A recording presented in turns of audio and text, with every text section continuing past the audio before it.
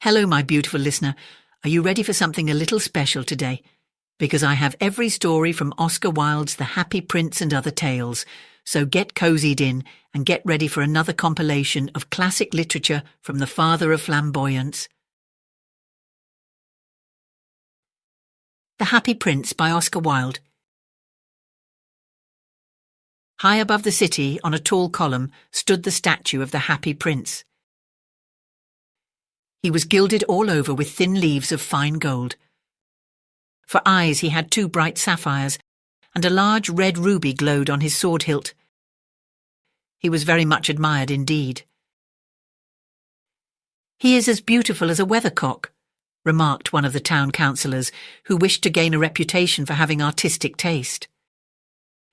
"Only not quite so useful," he added, fearing lest people should think him unpractical, which he really was not.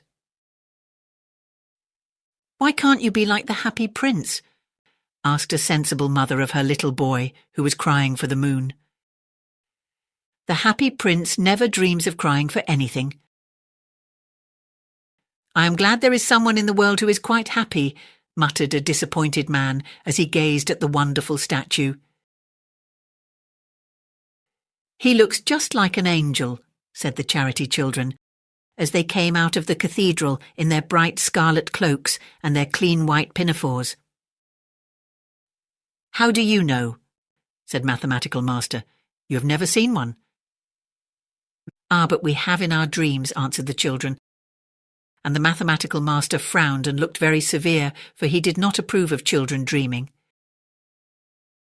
One night there flew over the city a little swallow. His friends had gone away to Egypt 6 weeks before, but he had stayed behind, for he was in love with the most beautiful reed. He had met her early in the spring as he was flying down the river after a big yellow moth, and had been so attracted by her slender waist that he had stopped to talk to her. "Shall I love you?" said the swallow, who liked to come to the point at once, and the reed made him a low bow. So he flew round and round her, touching the water with his wings and making silver ripples. This was his courtship, and it lasted all through the summer. "It is a ridiculous attachment," twittered the other swallows. "She has no money and far too many relations."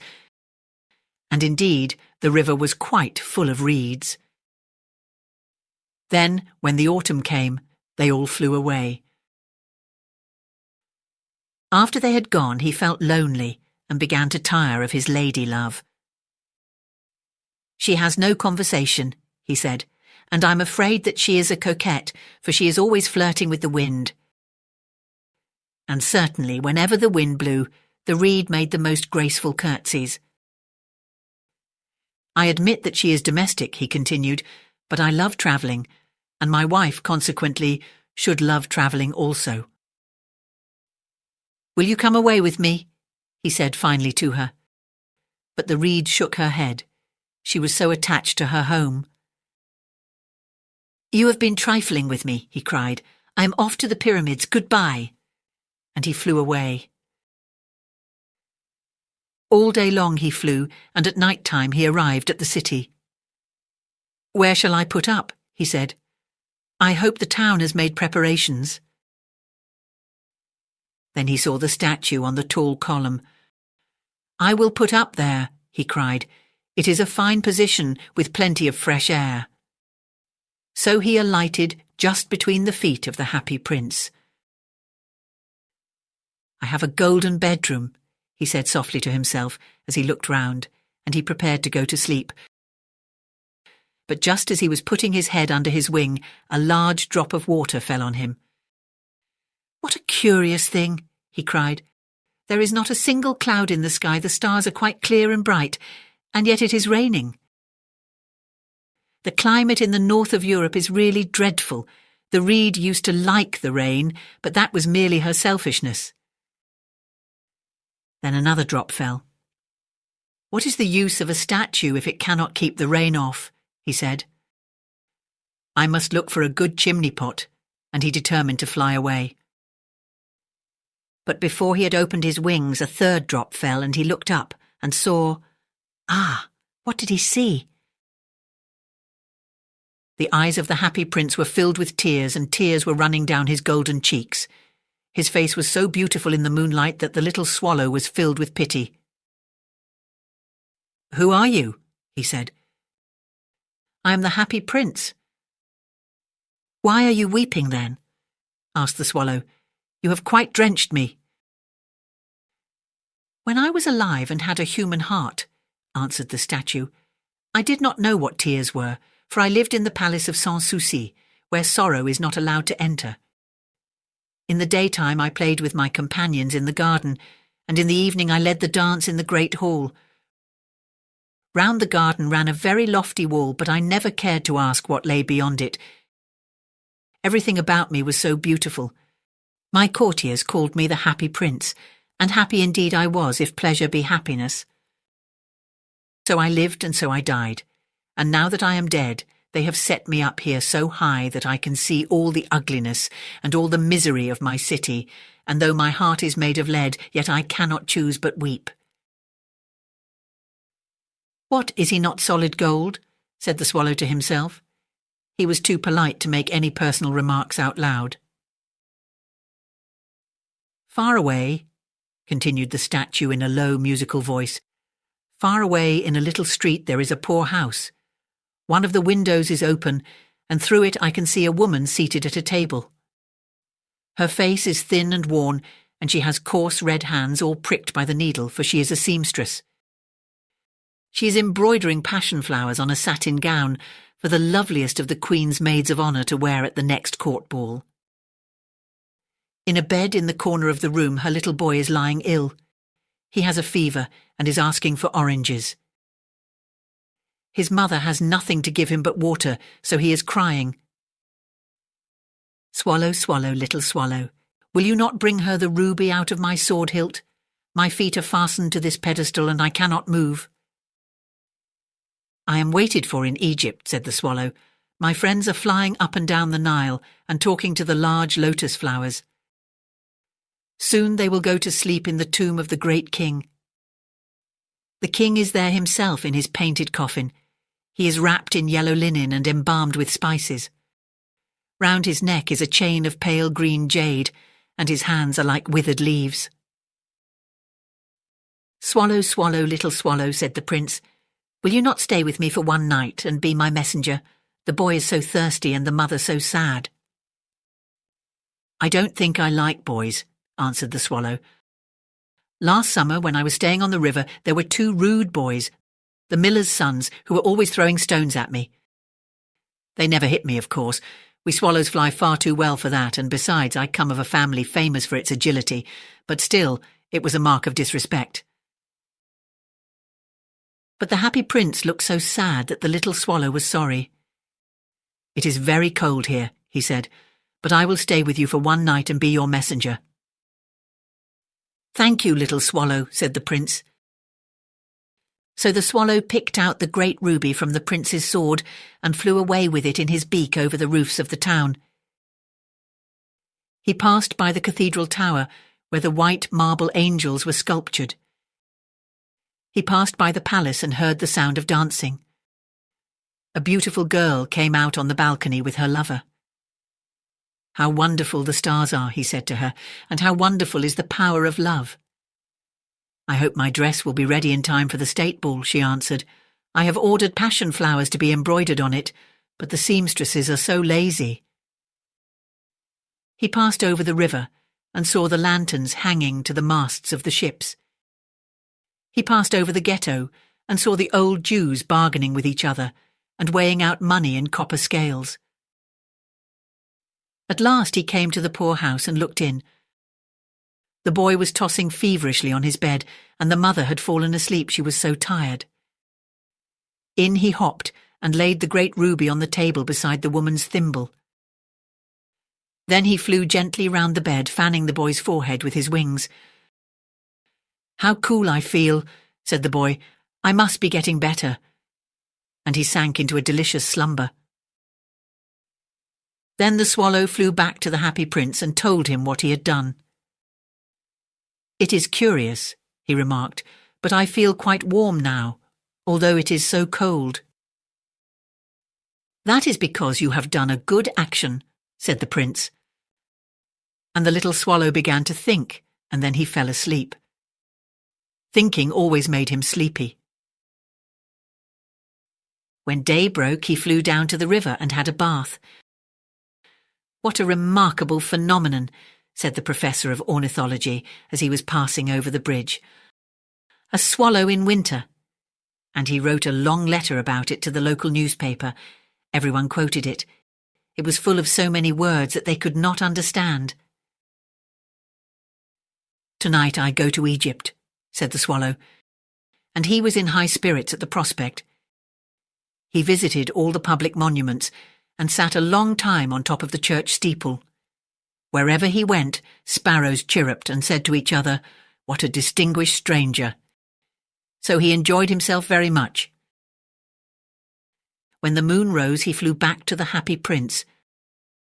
"Have you any commissions for Egypt?" he cried. "I'm just starting." "Swallow, swallow, little swallow," said the prince. "Will you not stay with me one night longer?"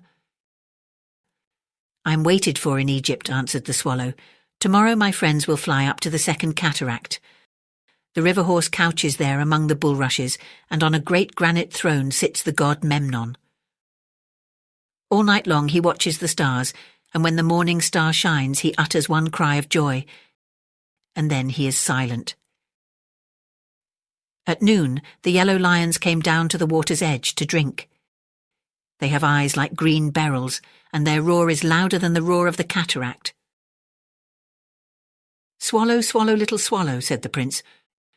"Far away across the city I see a young man in a garret. He is leaning over a desk covered with papers, and in a tumbler by his side there is a bunch of withered violets. His hair is brown and crisp, and his lips are red as pomegranate, and he has large and dreamy eyes. He is trying to finish a play for the director of the theatre, but he is too cold to write any more. There is no fire in the grate, and hunger has made him faint." "I will wait with you one night longer," said the swallow, who really had a good heart. "Shall I take him another ruby?" "Alas, I have no ruby now," said the prince. "My eyes are all that I have left. They are made of rare sapphires, which were brought out of India 1,000 years ago. Pluck out one of them and take it to him. He will sell it to the jeweller and buy food and firewood and finish his play." "Dear prince," said the swallow, "I cannot do that." "Swallow, swallow, little swallow," said the prince, "do as I command you." So the swallow plucked out the prince's eye and flew away to the student's garret. It was easy enough to get in, as there was a hole in the roof. Through this he darted and came into the room. The young man had his head buried in his hands, so he did not hear the flutter of the bird's wings. And when he looked up, he found the beautiful sapphire lying on the withered violets. "I am beginning to be appreciated," he cried. "This is from some great admirer. Now I can finish my play." And he looked quite happy. The next day the swallow flew down to the harbour. He sat on the mast of a large vessel and watched the sailors hauling big chests out of the hold with ropes. "Heave hoy!" they shouted as each chest came up. "I am going to Egypt," cried the swallow, but nobody minded. And when the moon rose he flew back to the happy prince. "I'm come to bid you goodbye," he cried. "Swallow, swallow, little swallow," said the prince. "Will you not stay with me one night longer?" "It is winter," answered the swallow, "and the chill snow will soon be here. In Egypt the sun is warm on the green palm trees, and the crocodiles lie in the mud and look lazily about them. My companions are building a nest in the temple of Baalbec, and the pink and white doves are watching them and cooing to each other. Dear Prince, I must leave you, but I will never forget you. And next spring I will bring you back 2 beautiful jewels in place of those you have given away. The ruby shall be redder than a rose, and the sapphire shall be as blue as the great sea." "In the square below," said the happy prince, "there stands a little match girl. She has let her matches fall in the gutter, and they are all spoiled. Her father will beat her if she does not bring home some money, and she is crying. She has no shoes or stockings, and her little head is bare. Pluck out my other eye and give it to her, and her father will not beat her. I will stay with you one night longer, said the swallow, but I cannot pluck out your eye. You would be quite blind then. Swallow, swallow, little swallow, said the prince, do as I command you. So he plucked out the prince's other eye and darted down with it. He swooped past the match girl and slipped the jewel into the palm of her hand. What a lovely bit of glass, cried the little girl, and she ran home laughing. Then the swallow came back to the prince. You are blind now, he said, so I will stay with you always. No, little swallow, said the poor prince, you must go away to Egypt. I will stay with you always, said the swallow, and he slept at the prince's feet. All the next day he sat on the prince's shoulder and told him stories of what he had seen in strange lands.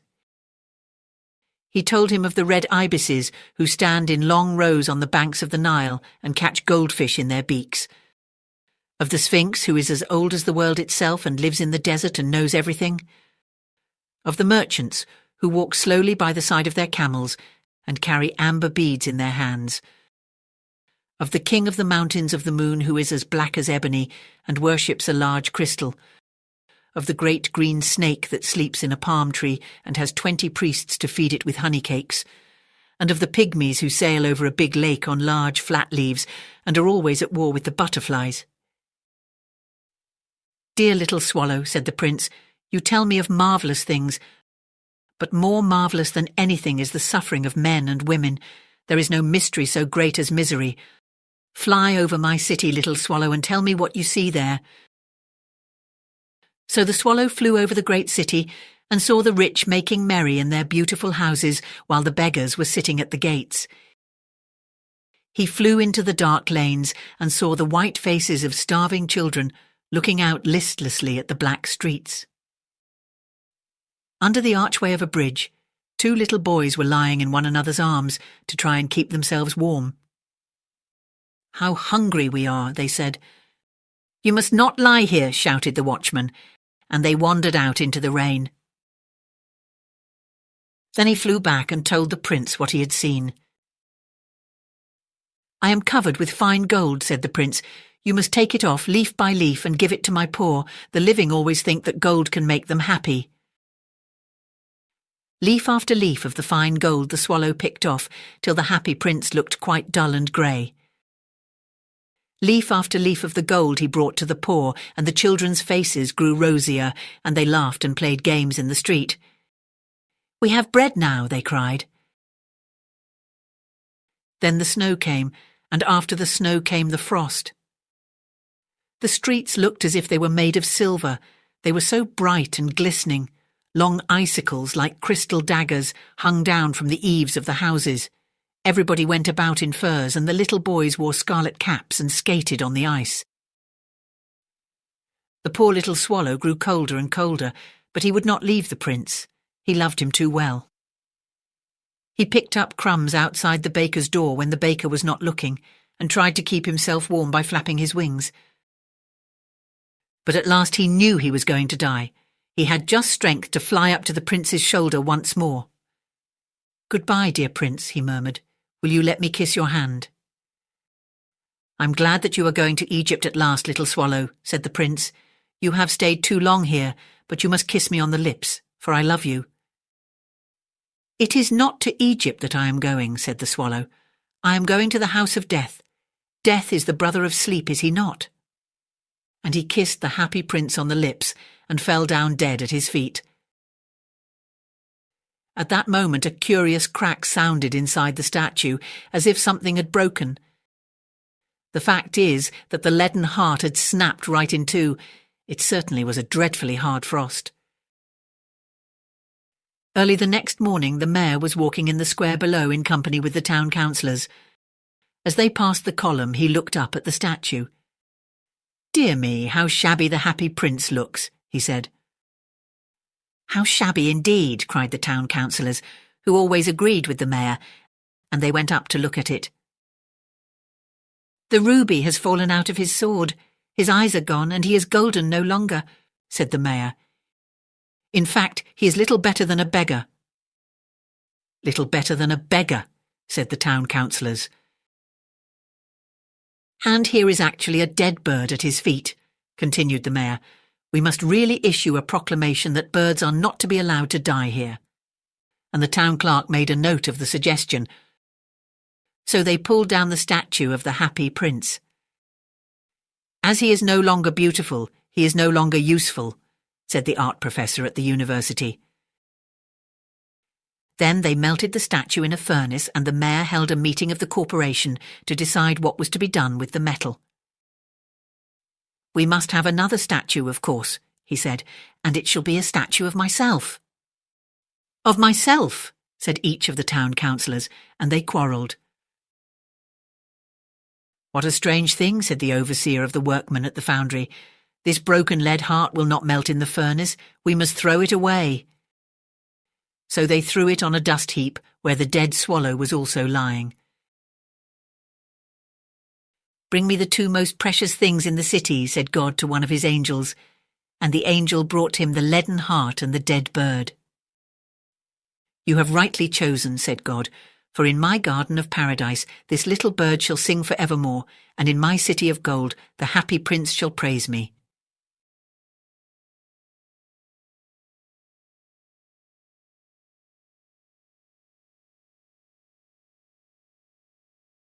The Nightingale and the Rose by Oscar Wilde. She said that she would dance with me if I brought her red roses, cried the young student. But in all my garden there is no red rose. From her nest in the holm oak tree the nightingale heard him, and she looked out through the leaves and wondered. No red rose in all my garden, he cried, and his beautiful eyes filled with tears. Ah, on what little things does happiness depend! I have read all that the wise men have written, and all the secrets of philosophy are mine. Yet for want of a red rose is my life made wretched. Here at last is a true lover, said the nightingale. Night after night have I sung of him, though I knew him not. Night after night have I told his story to the stars, and now I see him. His hair is dark as the hyacinth blossom, and his lips are red as the rose of his desire. But passion has made his face like pale ivory, and sorrow has set her seal upon his brow.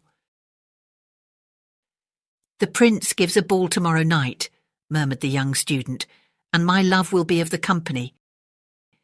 If I bring her a red rose, she will dance with me till dawn. If I bring her a red rose, I shall hold her in my arms, and she will lean her head upon my shoulder, and her hand will be clasped in mine. But there is no red rose in my garden, so I shall sit lonely, and she will pass me by. She will have no heed of me, and my heart will break. Here indeed is the true lover, said the nightingale. What I sing of he suffers, what is joy to me, to him is pain. Surely love is a wonderful thing. It is more precious than emeralds, and dearer than fine opals. Pearls and pomegranates cannot buy it, nor is it set forth in the marketplace. It may not be purchased of the merchants, nor can it be weighed out in the balance for gold. The musicians will sit in their gallery, said the young student, and play upon their stringed instruments, and my love will dance to the sound of the harp and the violin. She will dance so lightly that her feet will not touch the floor, and the courtiers in their gay dresses will throng round her. But with me she will not dance, for I have no red rose to give her. And he flung himself down on the grass and buried his face in his hands and wept. Why is he weeping? Asked a little green lizard as he ran past him with his tail in the air. Why indeed, said a butterfly who was fluttering about after a sunbeam. Why indeed, whispered a daisy to his neighbour in a soft, low voice. He is weeping for a red rose, said the nightingale. For a red rose? They cried. How very ridiculous! and the little lizard, who was something of a cynic, laughed outright. But the nightingale understood the secret of the student's sorrow, and she sat silent in the oak tree and thought about the mystery of love. Suddenly she spread her brown wings for flight and soared into the air. She passed through the grove like a shadow, and like a shadow she sailed across the garden. In the centre of the grass plot was standing a beautiful rose tree, and when she saw it she flew over to it and lit upon a spray. "Give me a red rose," she cried, "and I will sing you my sweetest song." But the tree shook its head. "My roses are white," it answered, "as white as the foam of the sea, and whiter than the snow upon the mountain. But go to my brother who grows round the old sundial, and perhaps he will give you what you want." So the nightingale flew over to the rose tree that was growing round the old sundial. "Give me a red rose," she cried, "and I will sing you my sweetest song." But the tree shook its head. "My roses are yellow," it answered, "as yellow as the hair of the mermaiden who sits upon an amber throne, and yellower than the daffodil that blooms in the meadow before the mower comes with his scythe. But go to my brother who grows beneath the student's window, and perhaps he will give you what you want." So the nightingale flew over to the rose tree that was growing beneath the student's window. "Give me a red rose," she cried, "and I will sing you my sweetest song." But the tree shook its head. "My roses are red," it answered, "as red as the feet of the dove, and redder than the great fans of coral that wave and wave in the ocean cavern. But the winter has chilled my veins, and the frost has nipped my buds, and the storm has broken my branches, and I shall have no roses at all this year." "One red rose is all I want," cried the nightingale. "Only one red rose. Is there no way by which I can get it?" "There is a way," answered the tree, "but it is so terrible that I dare not tell it to you." "Tell it to me," said the nightingale. "I am not afraid." "If you want a red rose," said the tree, "you must build it out of music by moonlight, and stain it with your own heart's blood. You must sing to me with your breast against a thorn. All night long you must sing to me, and the thorn must pierce your heart, and your lifeblood must flow into my veins and become mine." "Death is a great price to pay for a red rose," cried the nightingale, "and life is very dear to all. It is pleasant to sit in the green wood and to watch the sun in his chariot of gold and the moon in her chariot of pearl. Sweet is the scent of the hawthorn, and sweet are the bluebells that hide in the valley and the heather that blows on the hill. Yet love is better than life, and what is the heart of a bird compared to the heart of a man?" So she spread her brown wings for flight and soared into the air. She swept over the garden like a shadow, and like a shadow she sailed through the grove. The young student was still lying on the grass where she had left him, and the tears were not yet dry in his beautiful eyes. "Be happy," cried the nightingale, "be happy. You shall have your red rose. I will build it out of music by moonlight and stain it with my own heart's blood. All that I ask of you in return is that you will be a true lover, for love is wiser than philosophy, though she is wise, and mightier than power, though he is mighty. Flame-coloured are his wings, and coloured like flame is his body. His lips are sweet as honey, and his breath is like frankincense." The student looked up from the grass and listened, but he could not understand what the nightingale was saying to him, for he only knew the things that are written down in books. But the oak tree understood and felt sad, for he was very fond of the little nightingale who had built her nest in his branches. "Sing me one last song," he whispered. "I shall feel very lonely when you are gone." So the nightingale sang to the oak tree, and her voice was like water bubbling from a silver jar. When she had finished her song, the student got up and pulled a notebook and a lead pencil out of his pocket. "She has form," he said to himself as he walked away through the grove. "That cannot be denied to her, but has she got feeling? I am afraid not. In fact, she is like most artists. She is all style, without any sincerity. She would not sacrifice herself for others. She thinks merely of music, and everybody knows that the arts are selfish. Still, it must be admitted that she has some beautiful notes in her voice. What a pity it is that they do not mean anything, or do any practical good." And he went into his room and lay down on his little pallet bed and began to think of his love. And after a time he fell asleep. And when the moon shone in the heavens, the nightingale flew to the rose tree and set her breast against the thorn. All night long she sang with her breast against the thorn, and the cold crystal moon leaned down and listened. All night long she sang, and the thorn went deeper and deeper into her breast, and her lifeblood ebbed away from her. She sang first of the birth of love in the heart of a boy and a girl, and on the topmost spray of the rose tree there blossomed a marvellous rose, petal following petal, as song followed song. Pale was it at first, as the mist that hangs over the river, pale as the feet of the morning, and silver as the wings of the dawn. As the shadow of a rose in a mirror of silver, as the shadow of a rose in a waterpool, so was the rose that blossomed on the topmost spray of the tree. But the tree cried to the nightingale to press closer against the thorn. "Press closer, little nightingale," cried the tree, "or the day will come before the rose is finished."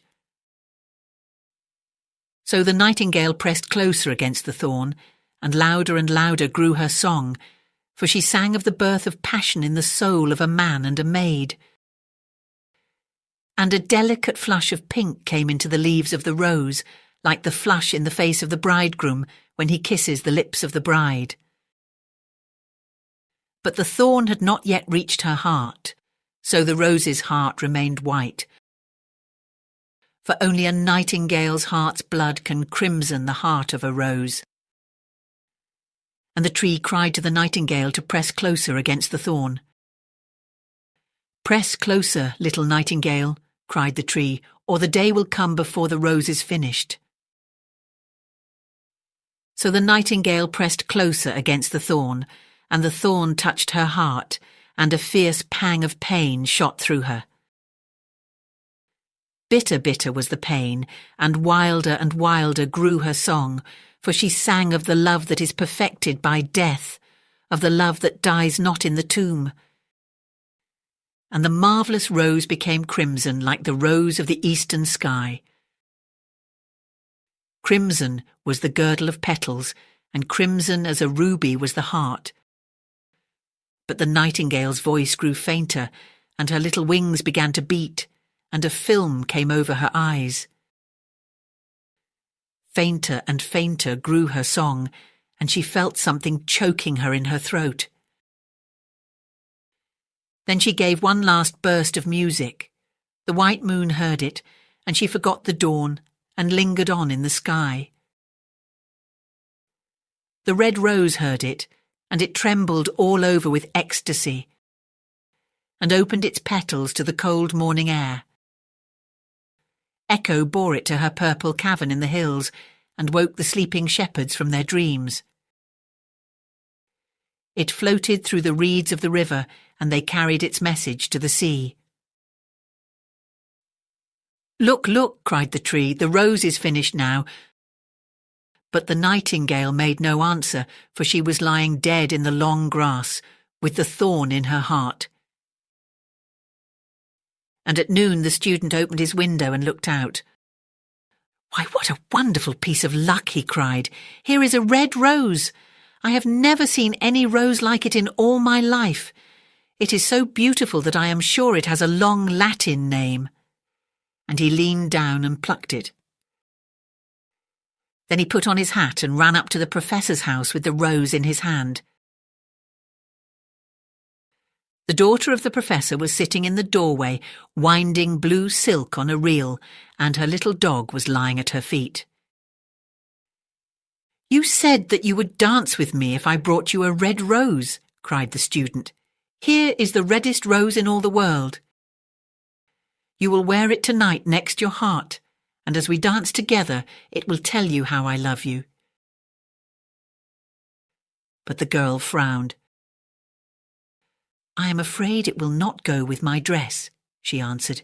"And besides, the Chamberlain's nephew has sent me some real jewels, and everybody knows that jewels cost far more than flowers."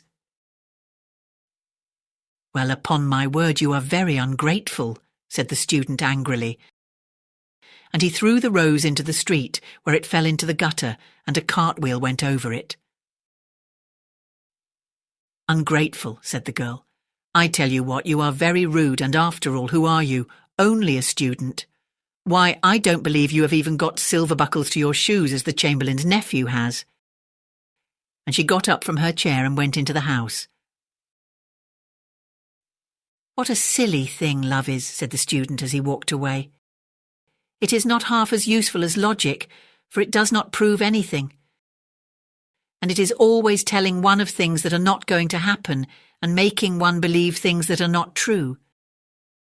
In fact, it is quite unpractical, and as in this age to be practical is everything, I shall go back to philosophy and study metaphysics." So he returned to his room and pulled out a great dusty book and began to read.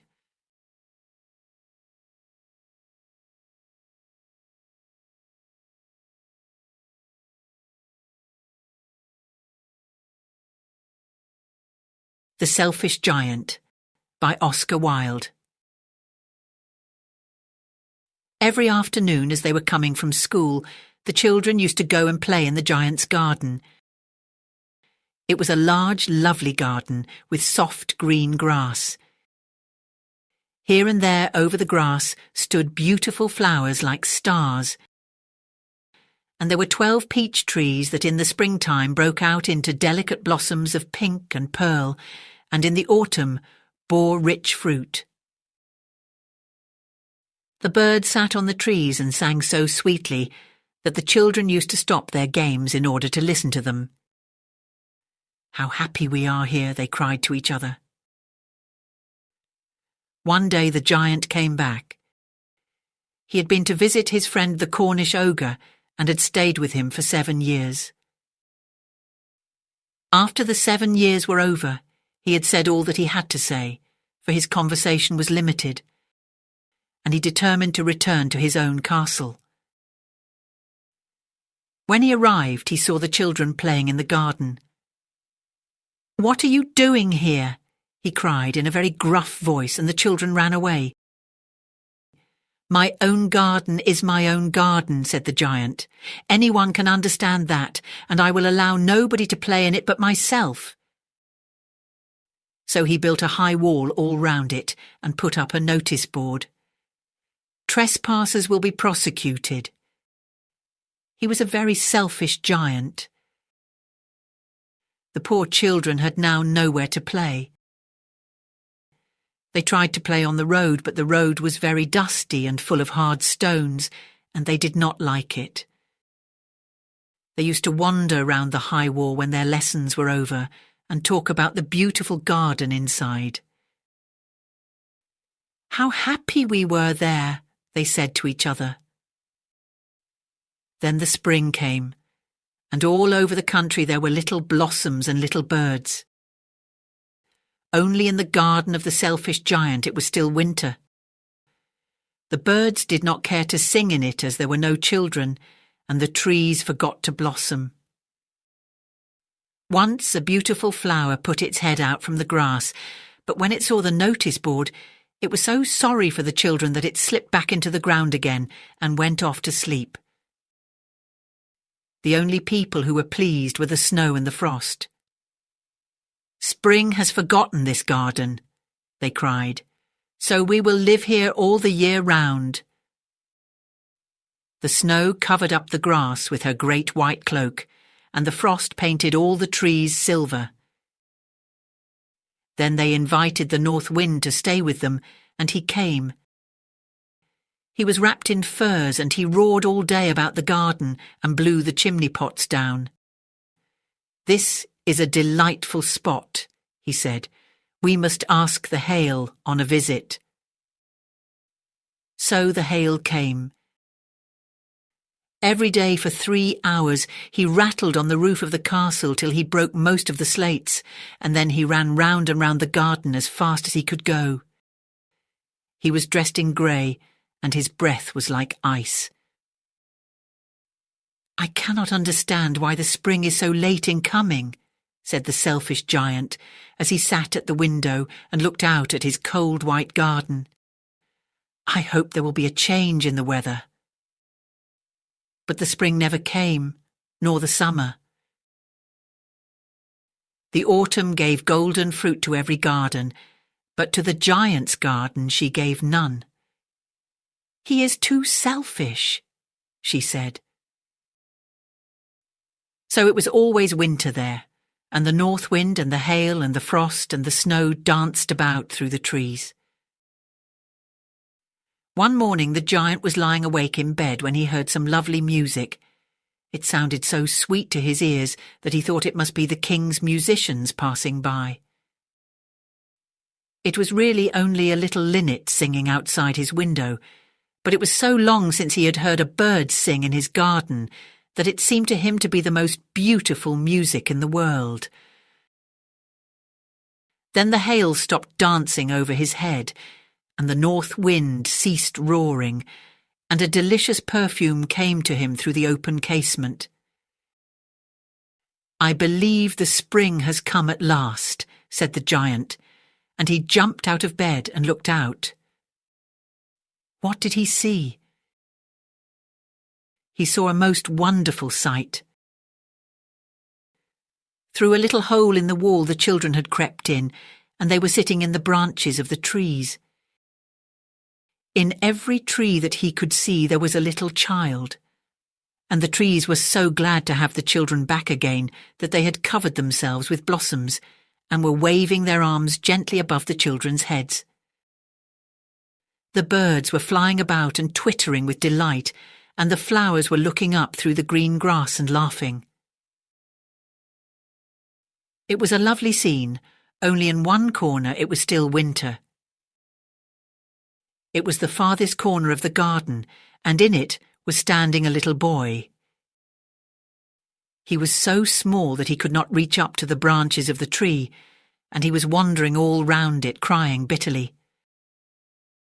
The poor tree was still quite covered with frost and snow, and the north wind was blowing and roaring above it. "Climb up, little boy," said the tree, and it bent its branches down as low as it could. But the boy was too tiny, and the giant's heart melted as he looked out. "How selfish I have been," he said. "Now I know why the spring would not come here. I will put that poor little boy on the top of the tree, and then I will knock down the wall, and my garden shall be the children's playground for ever and ever." He was really very sorry for what he had done, so he crept downstairs and opened the front door quite softly and went out into the garden. But when the children saw him, they were so frightened that they all ran away, and the garden became winter again. Only the little boy did not run, for his eyes were so full of tears that he did not see the giant coming. And the giant stole up behind him and took him gently in his hand and put him up into the tree. And the tree broke at once into blossom, and the birds came and sang on it, and the little boy stretched out his 2 arms and flung them round the giant's neck and kissed him. And the other children, when they saw that the giant was not wicked any longer, came running back, and with them came the spring.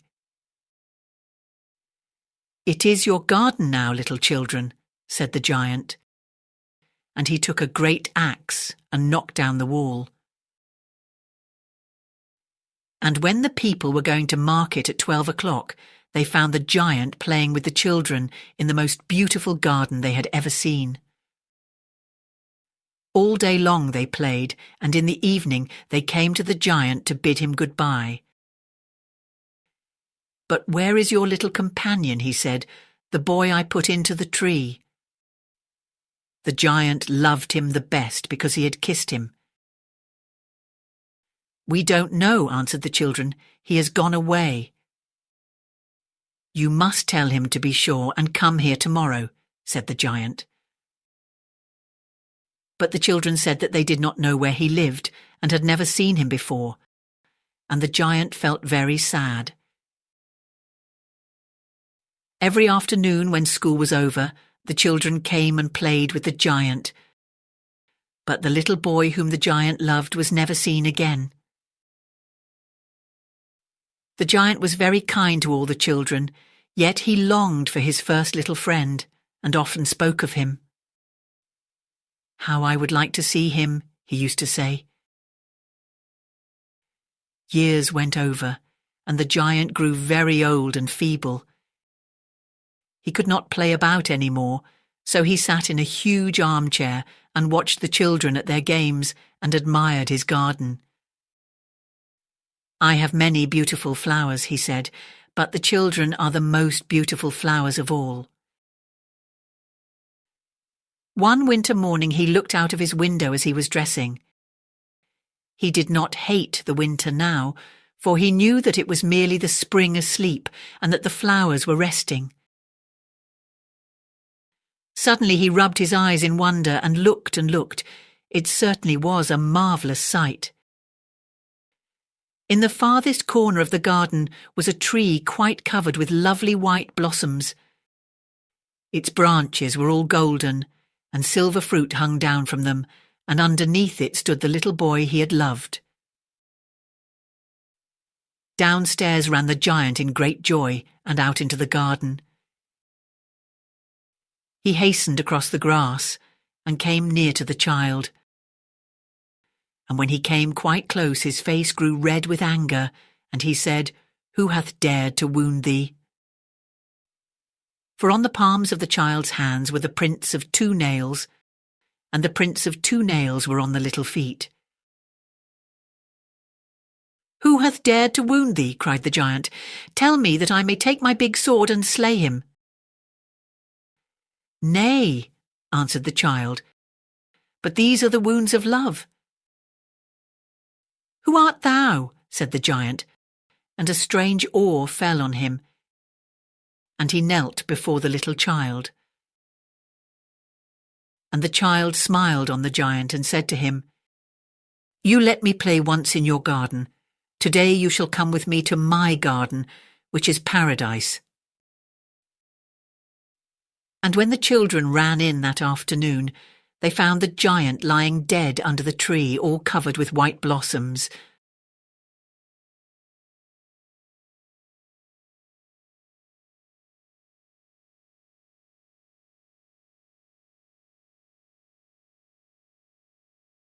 The Devoted Friend by Oscar Wilde.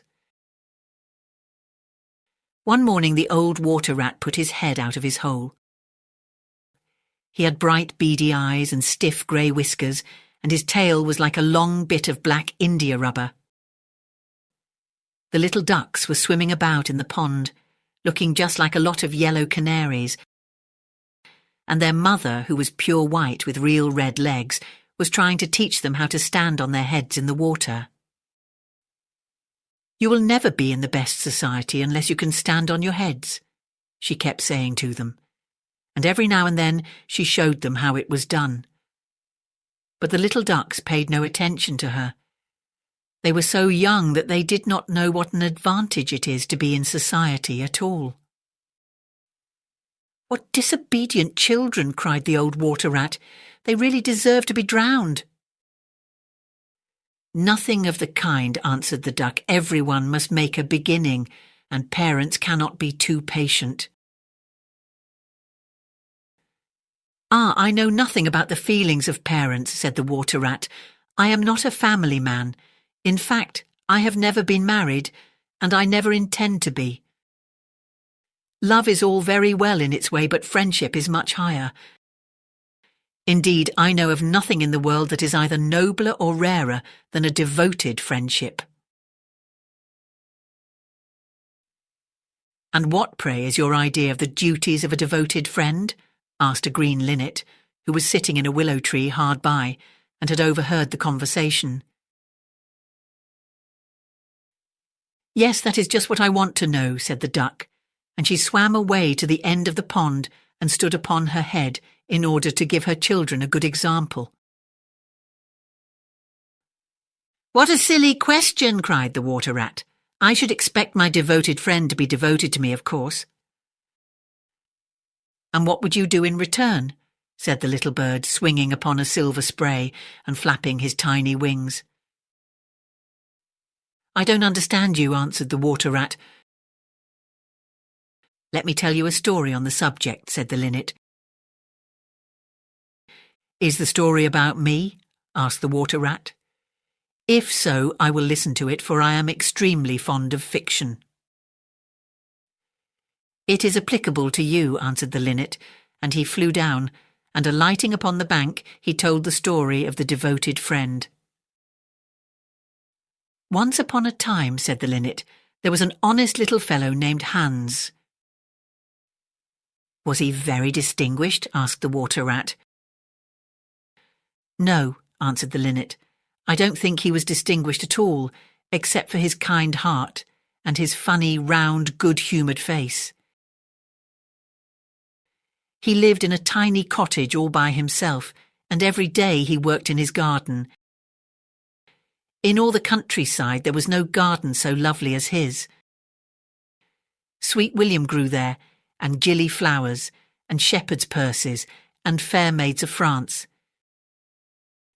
There were damask roses, and yellow roses, lilac crocuses, and gold, purple violets and white, columbine and ladysmock, marjoram and wild basil, the cowslip and the flower de luce, the daffodil and the clove pink bloomed or blossomed in their proper order as the months went by, one flower taking another flower's place, so that there were always beautiful things to look at and pleasant odours to smell. Little Hans had a great many friends, but the most devoted friend of all was Big Hugh the miller. Indeed, so devoted was the rich miller to little Hans that he would never go by his garden without leaning over the wall and plucking a large nosegay, or a handful of sweet herbs, or filling his pockets with plums and cherries if it was the fruit season. "Real friends should have everything in common," the miller used to say, and little Hans nodded and smiled, and felt very proud of having a friend with such noble ideas. Sometimes, indeed, the neighbours thought it strange that the rich miller never gave little Hans anything in return, though he had 100 sacks of flour stored away in his mill, and 6 milch cows, and a large flock of woolly sheep. But Hans never troubled his head about these things, and nothing gave him greater pleasure than to listen to all the wonderful things the miller used to say about the unselfishness of true friendship. So little Hans worked away in his garden. During the spring, the summer, and the autumn, he was very happy. But when the winter came, and he had no fruit or flowers to bring to the market, he suffered a good deal from cold and hunger, and often had to go to bed without any supper but a few dried pears or some hard nuts.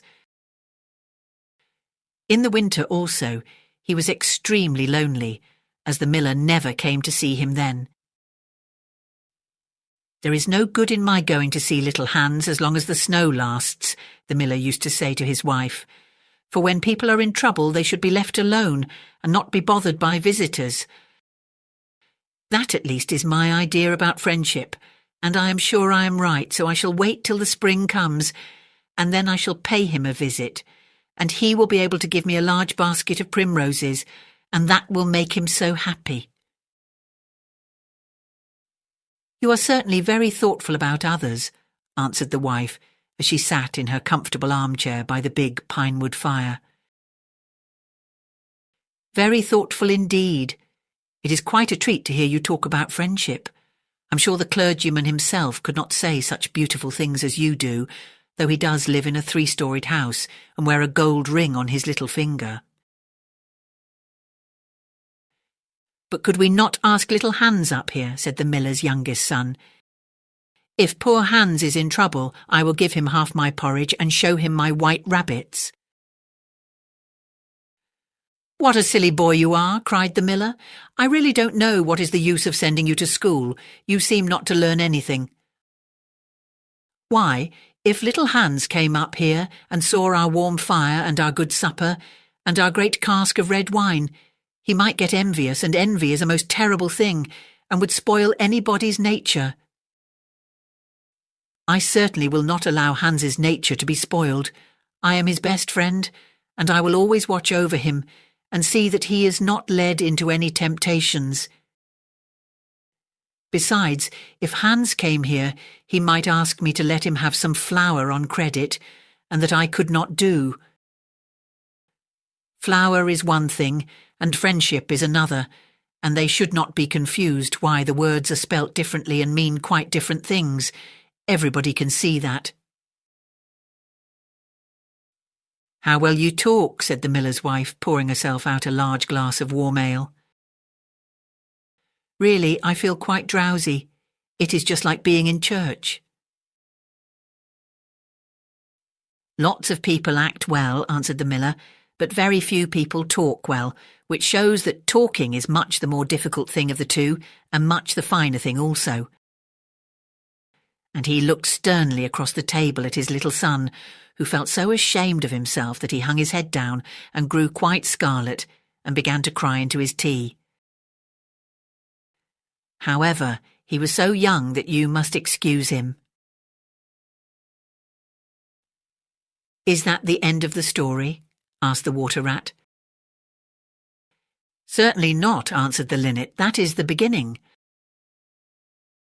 "Then you are quite behind the age," said the water rat. "Every good storyteller nowadays starts with the end, and then goes on to the beginning and concludes with the middle. That is the new method. I heard all about it the other day from a critic who was walking round the pond with a young man. He spoke of the matter at great length, and I'm sure he must have been right, for he had blue spectacles and a bald head. And whenever the young man made any remark, he always answered, 'Pooh, but pray go on with your story.' I like the miller immensely. I have all kinds of beautiful sentiments myself, so there is a great sympathy between us." "Well," said the linnet, hopping now on one leg and now on the other, as soon as the winter was over and the primroses began to open their pale yellow stars, the miller said to his wife that he would go down and see little Hans. "Why, what a good heart you have," cried his wife. "You are always thinking of others, and mind you take the big basket with you for the flowers." So the miller tied the sails of the windmill together with a strong iron chain and went down the hill with the basket on his arm. "Good morning, little Hans," said the miller. "Good morning," said Hans, leaning on his spade and smiling from ear to ear. "And how have you been all the winter?" said the miller. "Well, really," cried Hans, "it is very good of you to ask, very good indeed. I'm afraid I had rather a hard time of it, but now the spring has come, and I'm quite happy, and all my flowers are doing well." "We often talked of you during the winter, Hans," said the miller, "and wondered how you were getting on." "That was kind of you," said Hans. "I was half afraid you had forgotten me." "Hans, I am surprised at you," said the miller. "Friendship never forgets. That is the wonderful thing about it, but I'm afraid you don't understand the poetry of life. How lovely your primroses are looking, by the by." "They are certainly very lovely," said Hans, "and it is a most lucky thing for me that I have so many. I am going to bring them into the market and sell them to the burgomaster's daughter and buy back my wheelbarrow with the money." "Buy back your wheelbarrow? You don't mean to say you have sold it? What a very stupid thing to do." "Well, the fact is," said Hans, "that I was obliged to. You see, the winter was a very bad time for me, and I really had no money at all to buy bread with. So I first sold the silver buttons off my Sunday coat, and then I sold my silver chain, and then I sold my big pipe, and at last I sold my wheelbarrow. But I am going to buy them all back again now." "Hans," said the miller, "I will give you my wheelbarrow. It is not in very good repair. Indeed, one side is gone, and there is something wrong with the wheel spokes. But in spite of that, I will give it to you. I know it is very generous of me, and a great many people would think me extremely foolish for parting with it, but I am not like the rest of the world. I think that generosity is the essence of friendship, and besides, I have got a new wheelbarrow for myself. Yes, you may set your mind at ease. I will give you my wheelbarrow."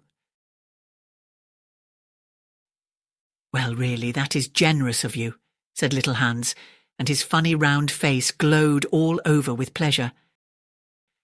"I can easily put it in repair, as I have a plank of wood in the house." "A plank of wood," said the miller. "Why, that is just what I want for the roof of my barn. There is a very large hole in it, and the corn will all get damp if I don't stop it up. How lucky you mentioned it. It is quite remarkable how one good action always breeds another. I've given you my wheelbarrow, and now you're going to give me your plank.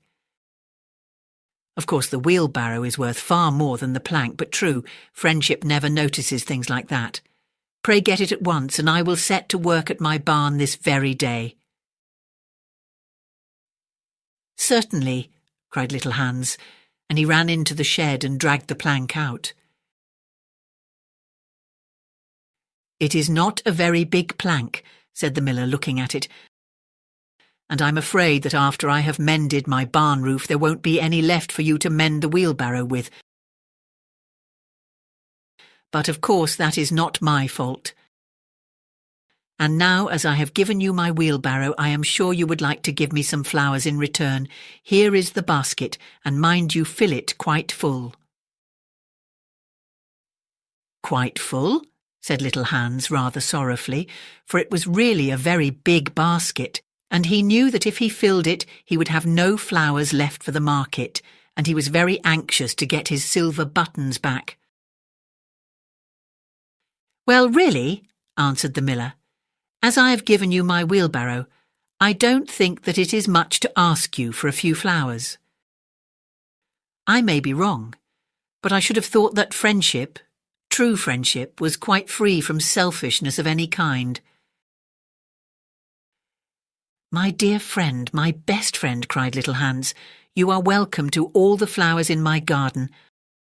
I would much sooner have your good opinion than my silver buttons any day."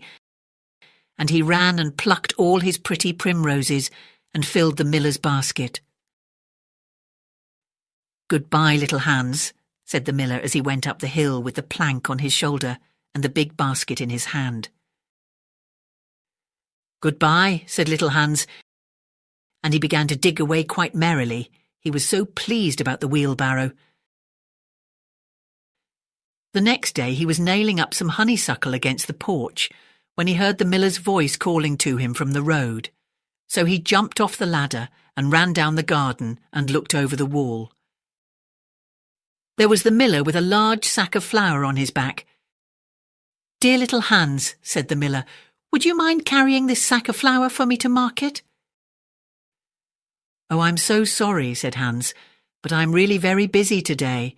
I've got all my creepers to nail up, and all my flowers to water, and all my grass to roll." "Well, really," said the miller, "I think that considering that I am going to give you my wheelbarrow, it is rather unfriendly of you to refuse." "Oh, don't say that," cried little Hans. "I wouldn't be unfriendly for the whole world. and he ran in for his cap and trudged off with the big sack on his shoulders. It was a very hot day and the road was terribly dusty, and before Hans had reached the 6th milestone he was so tired that he had to sit down and rest. However, he went on bravely, and at last he reached the market.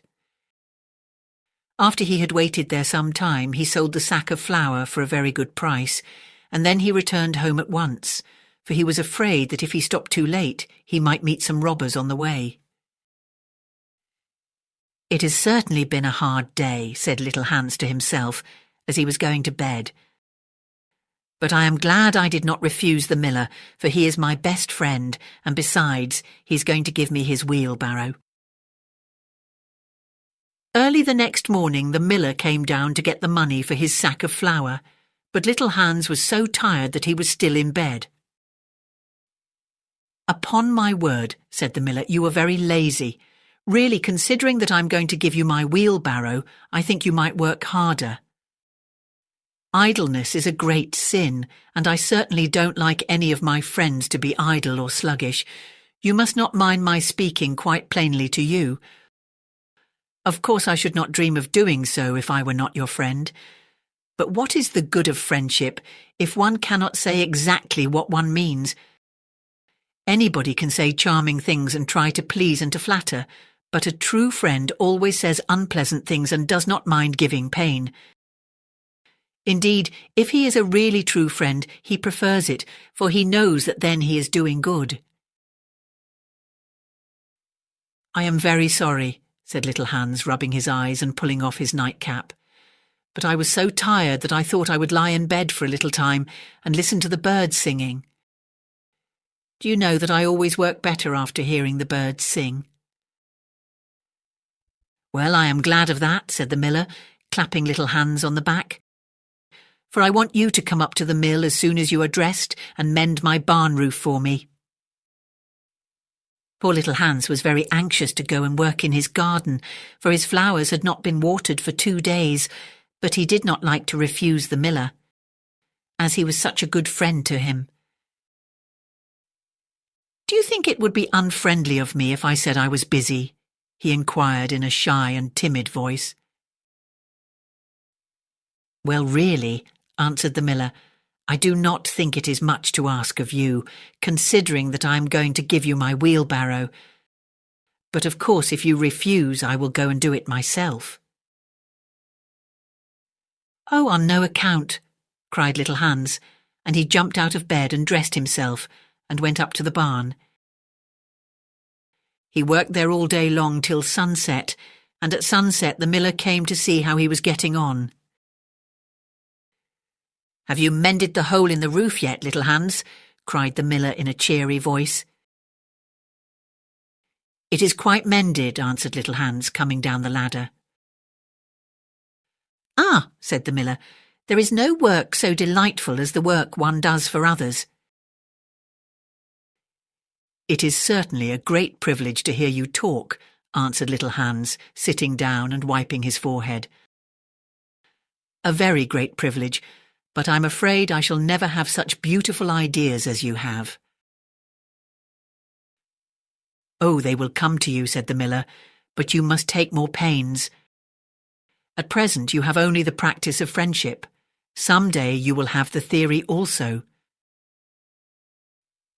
"Do you really think I shall?" asked little Hans. "I have no doubt of it," answered the miller, "but now that you have mended the roof, you had better go home and rest, for I want you to drive my sheep to the mountain tomorrow." Poor little Hans was afraid to say anything to this, and early the next morning the miller brought his sheep round to the cottage, and Hans started off with them to the mountain. It took him the whole day to get there and back, and when he returned he was so tired that he went off to sleep in his chair and did not wake up till it was broad daylight. "What a delightful time I shall have in my garden," he said, and he went to work at once. But somehow he was never able to look after his flowers at all, for his friend the miller was always coming round and sending him off on long errands, or getting him to help at the mill. Little Hans was very much distressed at times, as he was afraid his flowers would think he had forgotten them. But he consoled himself by the reflection that the miller was his best friend. "Besides," he used to say, "he is going to give me his wheelbarrow, and that is an act of pure generosity." So little Hans worked away for the miller, and the miller said all kinds of beautiful things about friendship, which Hans took down in a notebook and used to read over at night, for he was a very good scholar. Now it happened that one evening little Hans was sitting by his fireside when a loud rap came at the door. It was a very wild night, and the wind was blowing and roaring round the house so terribly that at first he thought it was merely the storm. But a second rap came, and then a third, louder than any of the others. "It is some poor traveller," said little Hans to himself, and he ran to the door.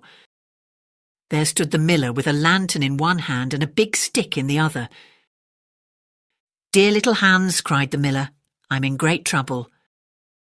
My little boy has fallen off a ladder and hurt himself, and I am going for the doctor.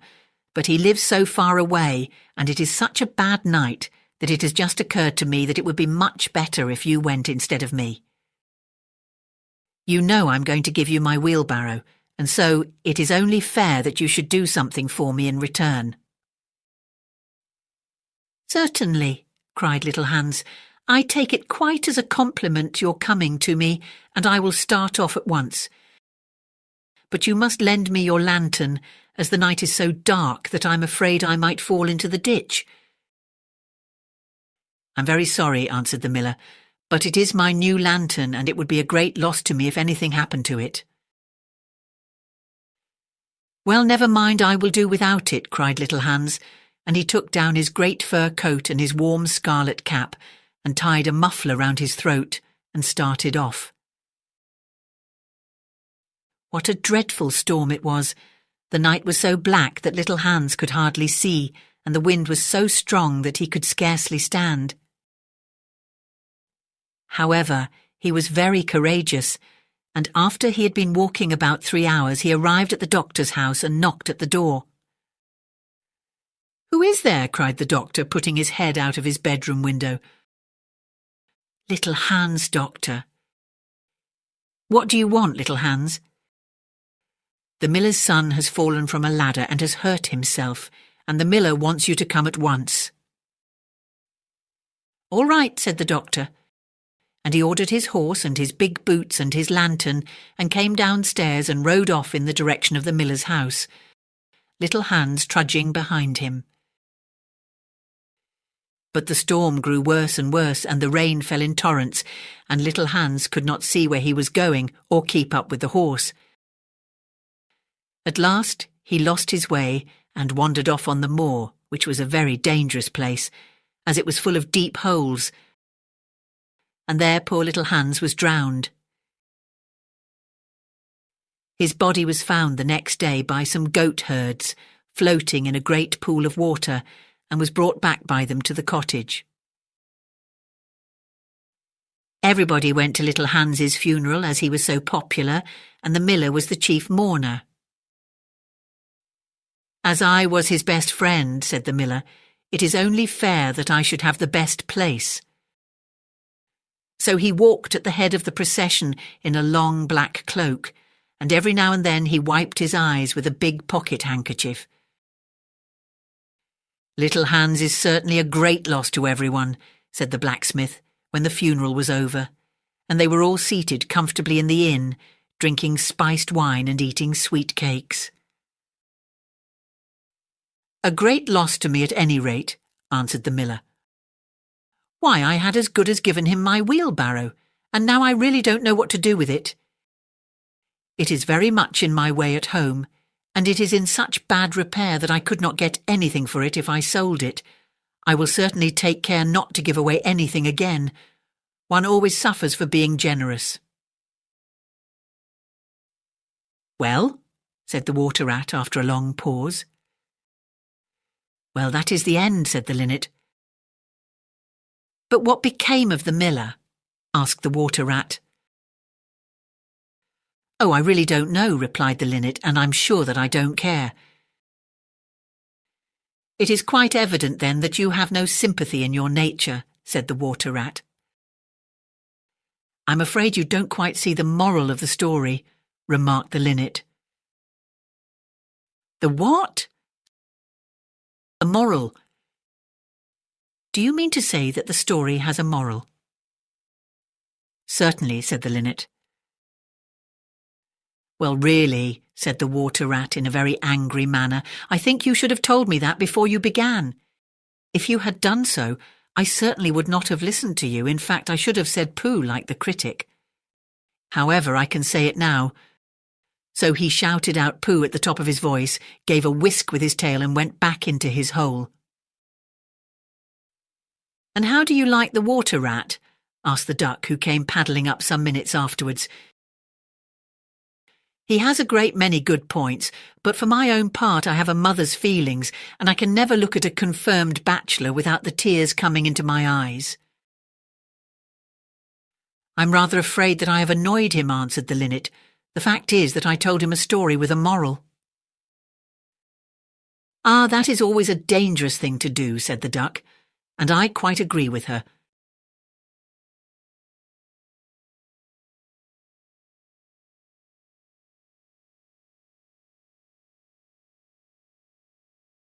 The Remarkable Rocket by Oscar Wilde. The king's son was going to be married, so there were general rejoicings. He had waited a whole year for his bride, and at last she had arrived. She was a Russian princess and had driven all the way from Finland in a sledge drawn by 6 reindeer. The sledge was shaped like a great golden swan, and between the swan's wings lay the little princess herself. Her long ermine cloak reached right down to her feet. On her head was a tiny cap of silver tissue, and she was as pale as the snow palace in which she had always lived. So pale was she that as she drove through the streets all the people wondered. "She is like a white rose," they cried, and they threw down flowers on her from the balconies. At the gate of the castle, the prince was waiting to receive her.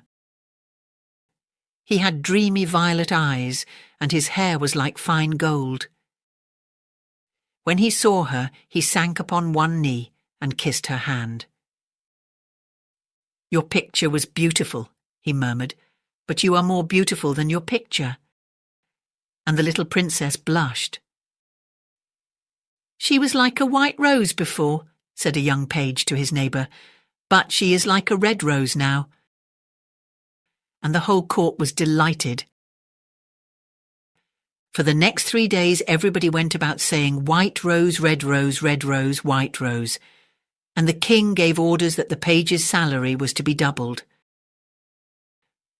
As he received no salary at all, this was not of much use to him, but it was considered a great honour and was duly published in the Court Gazette. When the 3 days were over, the marriage was celebrated.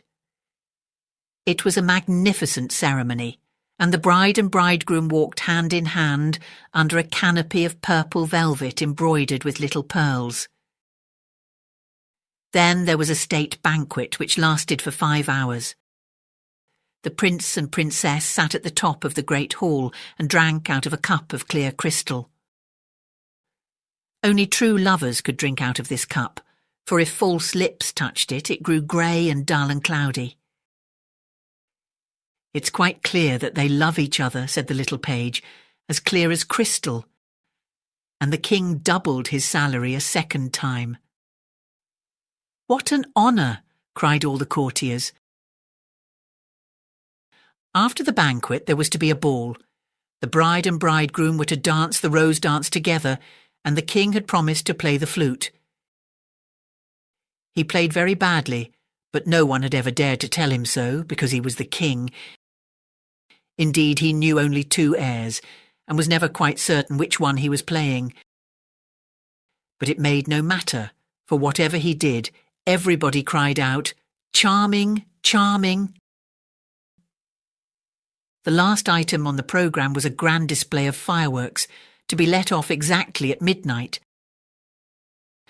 The little princess had never seen a firework in her life, so the king had given orders that the royal pyrotechnist should be in attendance on the day of her marriage.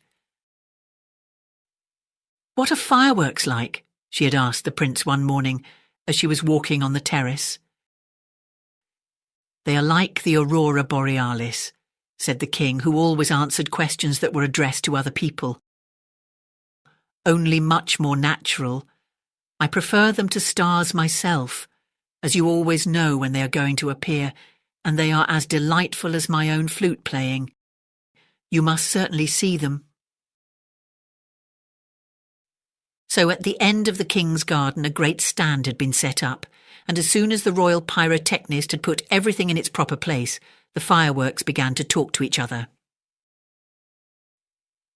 "The world is certainly very beautiful," cried a little squib. "Just look at those yellow tulips."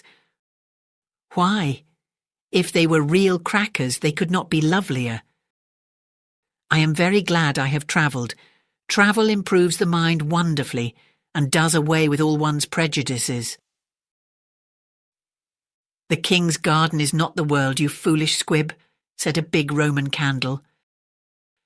"The world is an enormous place, and it would take you 3 days to see it thoroughly." "Any place you love is the world to you," exclaimed a pensive Catherine Wheel, who had been attached to an old deal box in early life, and prided herself on her broken heart. "But love is not fashionable anymore. The poets have killed it. They wrote so much about it that nobody believed them, and I am not surprised. True love suffers and is silent. I remember myself once, but it is no matter now. Romance is a thing of the past." "Nonsense," said the Roman candle. "Romance never dies. It is like the moon and lives forever. The bride and bridegroom, for instance, love each other very dearly. I heard all about them this morning from a brown paper cartridge, who happened to be staying in the same drawer as myself, and knew the latest court news." But the Catherine Wheel shook her head. "Romance is dead, romance is dead, romance is dead," she murmured. She was one of those people who think that if you say the same thing over and over a great many times, it becomes true in the end. Suddenly a sharp, dry cough was heard, and they all looked round. It came from a tall, supercilious-looking rocket who was tied to the end of a long stick. He always coughed before he made any observation, so as to attract attention. "Ahem, ahem," he said, and everybody listened except the poor Catherine Wheel, who was still shaking her head and murmuring, "Romance is dead." "Order, order!" cried out a cracker. He was something of a politician and had always taken a prominent part in the local elections, so he knew the proper parliamentary expressions to use. "Quite dead," whispered the Catherine Wheel, and she went off to sleep. As soon as there was perfect silence, the rocket coughed a third time and began. He spoke with a very slow, distinct voice, as if he was dictating his memoirs, and always looked over the shoulder of the person to whom he was talking. In fact, he had a most distinguished manner. "How fortunate it is for the king's son," he remarked, "that he is to be married on the very day on which I am to be let off. Really, if it had been arranged beforehand, it could not have turned out better for him, but princes are always lucky." "Dear me," said the little squib, "I thought it was quite the other way, and that we were to be let off in the prince's honour." "It may be so with you," he answered. "Indeed, I have no doubt that it is, but with me it is different. I am a very remarkable rocket, and come of remarkable parents. My mother was the most celebrated Catherine Wheel of her day, and was renowned for her graceful dancing. When she made her great public appearance, she spun round 19 times before she went out, and each time that she did so, she threw into the air 7 pink stars. She was 3.5 feet in diameter and made of the very best gunpowder. My father was a rocket like myself, and of French extraction. He flew so high that the people were afraid that he would never come down again. He did, though, for he was of a kindly disposition, and he made a most brilliant descent in a shower of golden rain. The newspapers wrote about his performance in very flattering terms. Indeed, the Court Gazette called him a triumph of pyrotechnic art. Pyrotechnic, you mean, said a Bengal light. I know it is pyrotechnic, for I saw it written on my own canister. Well, I said pyrotechnic, answered the rocket, in a severe tone of voice. And the Bengal light felt so crushed that he began at once to bully the little squibs in order to show that he was still a person of some importance. I was saying, continued the rocket, what was I saying? You were talking about yourself, replied the Roman candle. Of course, I knew I was discussing some interesting subject when I was so rudely interrupted. I hate rudeness and bad manners of every kind, for I am extremely sensitive. No one in the whole world is so sensitive as I am, I'm quite sure of that. What is a sensitive person? Said the cracker to the Roman candle. A person who, because he has corns himself, always treads on other people's toes, answered the Roman candle in a low whisper, and the cracker nearly exploded with laughter. Pray, what are you laughing at? Inquired the rocket. I am not laughing. I am laughing because I am happy, replied the cracker. That is a very selfish reason, said the rocket angrily. What right have you to be happy? You should be thinking about others. In fact, you should be thinking about me. I'm always thinking about myself, and I expect everybody else to do the same. That is what is called sympathy. It is a beautiful virtue, and I possess it in a high degree. Suppose, for instance, anything happened to me tonight, what a misfortune that would be for everyone. The prince and princess would never be happy again. Their whole married life would be spoiled. And as for the king, I know he would not get over it. Really, when I begin to reflect on the importance of my position, I am almost moved to tears. If you want to give pleasure to others, cried the Roman candle, you had better keep yourself dry. Certainly, exclaimed the Bengal light, who was now in better spirits. That is only common sense. Common sense indeed, said the rocket indignantly. You forget that I am very uncommon and very remarkable. Why, anybody can have common sense, provided that they have no imagination.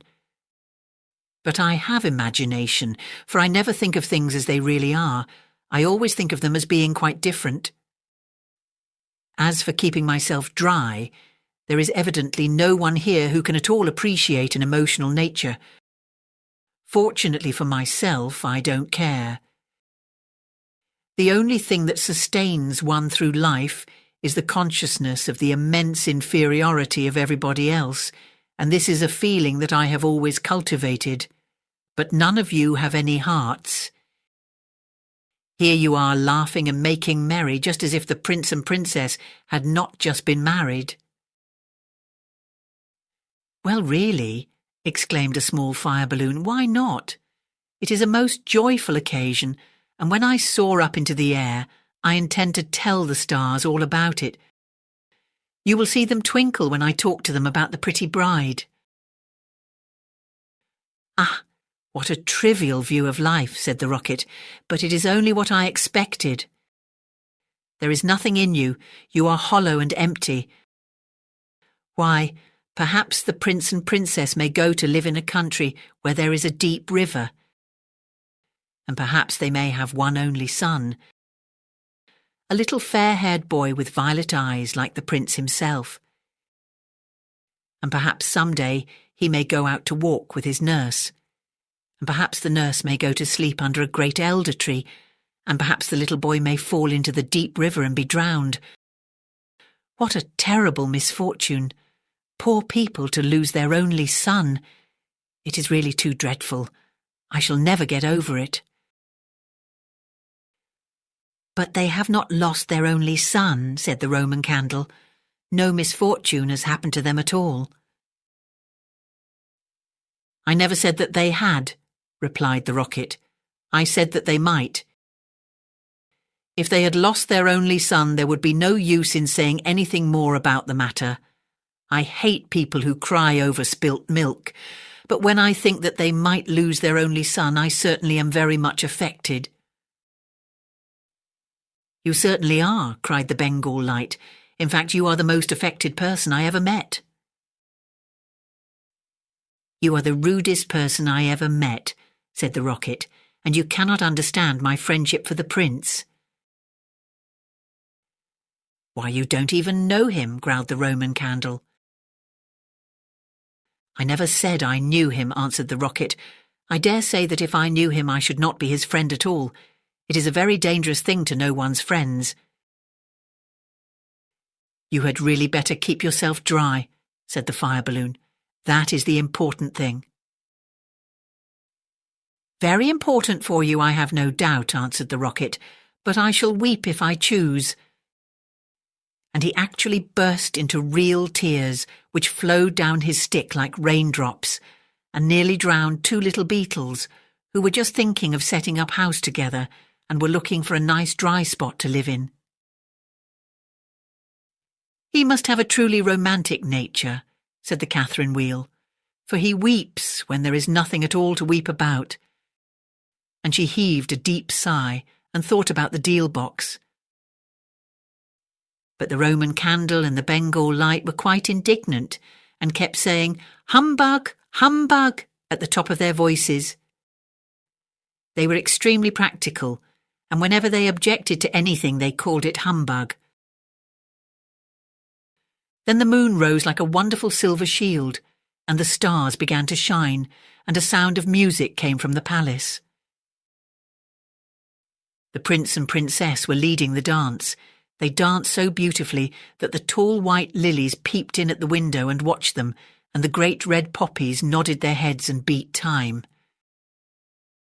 Then 10 o'clock struck, and then 11, and then 12, and at the last stroke of midnight everyone came out on the terrace, and the king sent for the royal pyrotechnist. "Let the fireworks begin," said the king, and the royal pyrotechnist made a low bow and marched down to the end of the garden. He had 6 attendants with him, each of whom carried a lighted torch at the end of a long pole. It was certainly a magnificent display.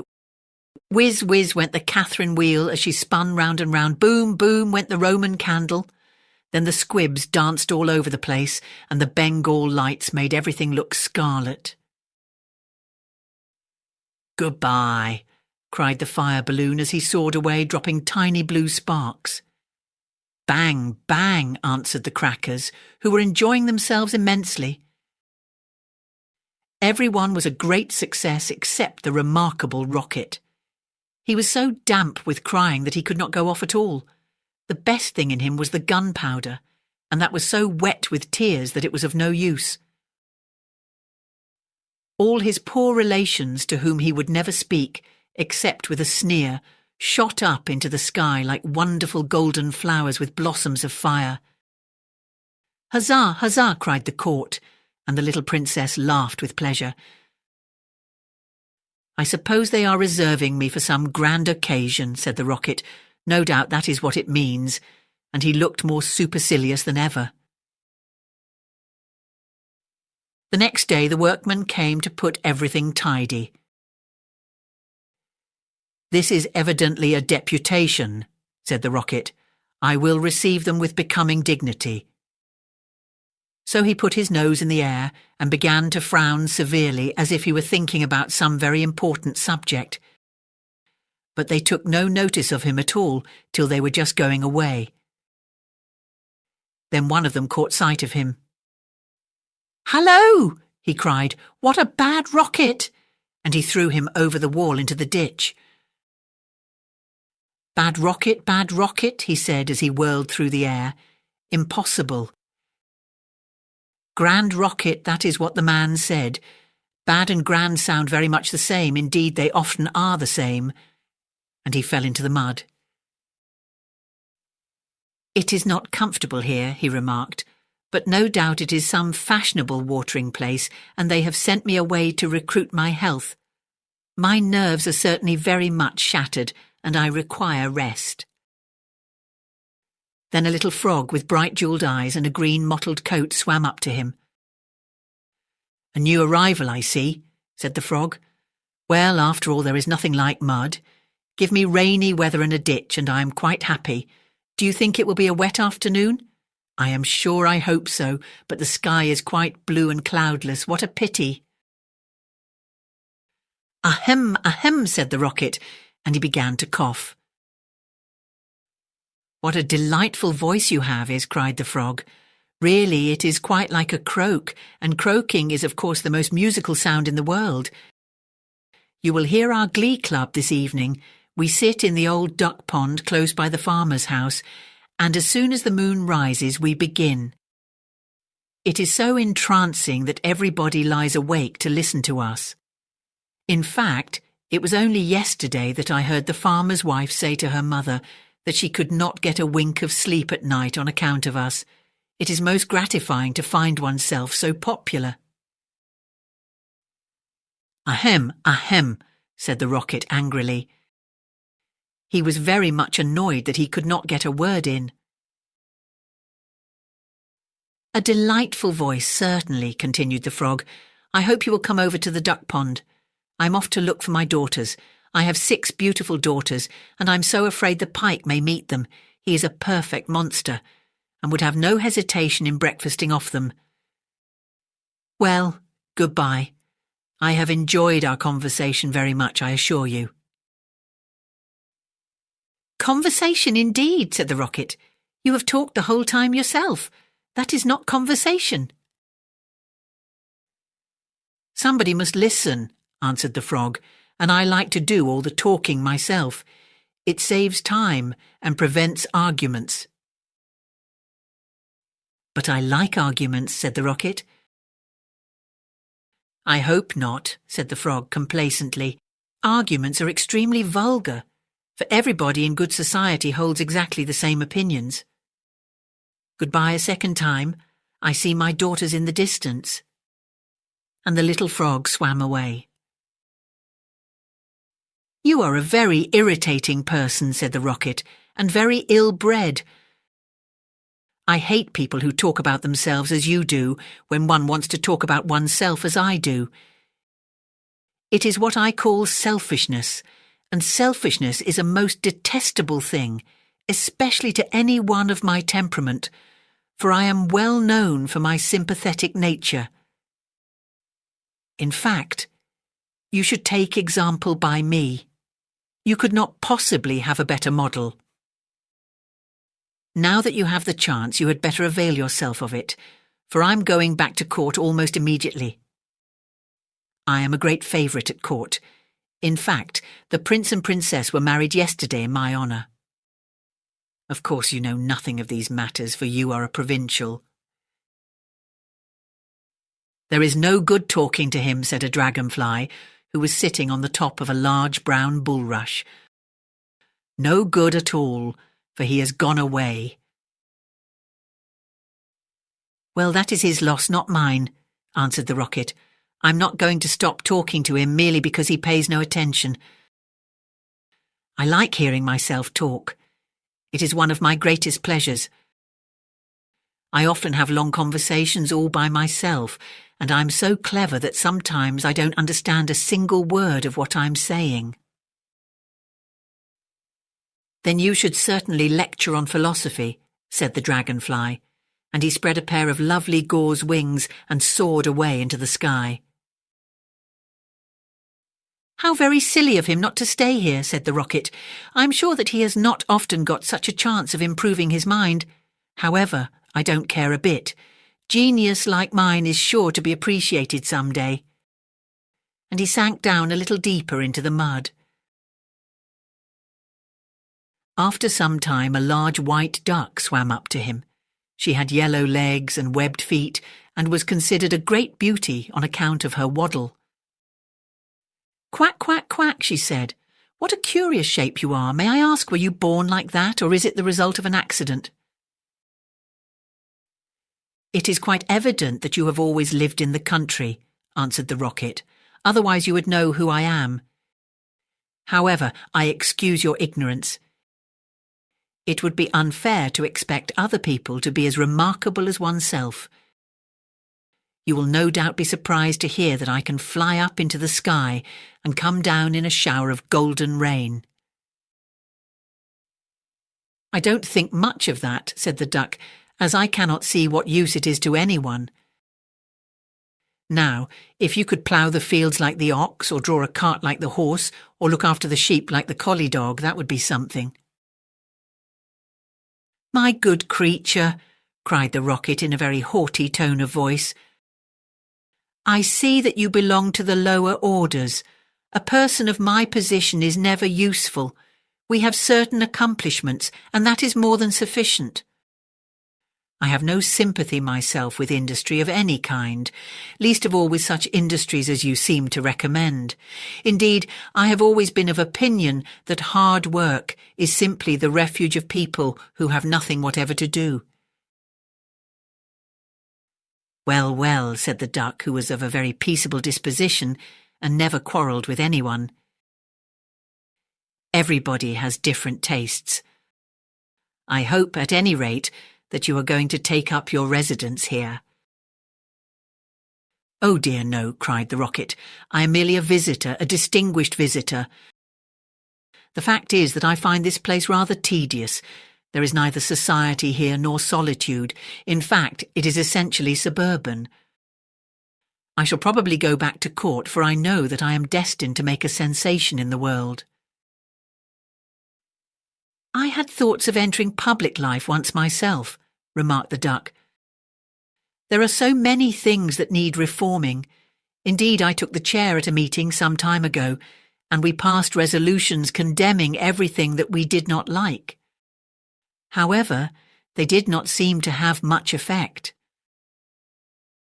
Now I go in for domesticity and look after my family." "I'm made for public life," said the rocket, "and so are all my relations, even the humblest of them. Whenever we appear, we excite great attention. I have not actually appeared myself, but when I do so, it will be a magnificent sight. As for domesticity, it ages one rapidly and distracts one's mind from higher things." "Ah, the higher things of life, how fine they are," said the duck, "and that reminds me how hungry I feel." And she swam away down the stream, saying, "Quack, quack, quack." come back," screamed the rocket. "I have a great deal to say to you." But the duck paid no attention to him. "I'm glad that she has gone," he said to himself. "She has a decidedly middle-class mind," and he sank a little deeper still into the mud and began to think about the loneliness of genius, when suddenly 2 little boys in white smocks came running down the bank with a kettle and some faggots. "This must be the deputation," said the rocket, and he tried to look very dignified. "Hallo," cried one of the boys. "Look at this old stick. I wonder how it came here." And he picked the rocket out of the ditch. "Old stick," said the rocket. "Impossible." "Gold stick," that is what he said. "Gold stick is very complimentary. In fact, he mistakes me for one of the court dignitaries." "Let us put it into the fire," said the other boy. "It will help to boil the kettle." So they piled the faggots together and put the rocket on top and lit the fire. "This is magnificent," cried the rocket. "They are going to let me off in broad daylight so that everyone can see me." "We will go to sleep now," they said, "and when we wake up the kettle will be boiled." And they lay down on the grass and shut their eyes. The rocket was very damp, so he took a long time to burn. At last, however, the fire caught him. "Now I am going off," he cried, and he made himself very stiff and straight. "I know I shall go much higher than the stars, much higher than the moon, much higher than the sun. In fact, I shall go so high that—" Fizz, fizz, fizz, and he went straight up into the air. "Delightful," he cried. "I shall go on like this forever. What a success I am." But nobody saw him. Then he began to feel a curious tingling sensation all over him. "Now I'm going to explode," he cried. "I shall set the whole world on fire and make such a noise that nobody will talk about anything else for a whole year." And he certainly did explode. Bang, bang, bang went the gunpowder. There was no doubt about it. But nobody heard him, not even the two little boys, for they were sound asleep. Then all that was left of him was the stick, and this fell down on the back of a goose who was taking a walk by the side of the ditch. "Good heavens," cried the goose, "it is going to rain sticks," and she rushed into the water. "I knew I should create a great sensation," gasped the rocket, and he went out.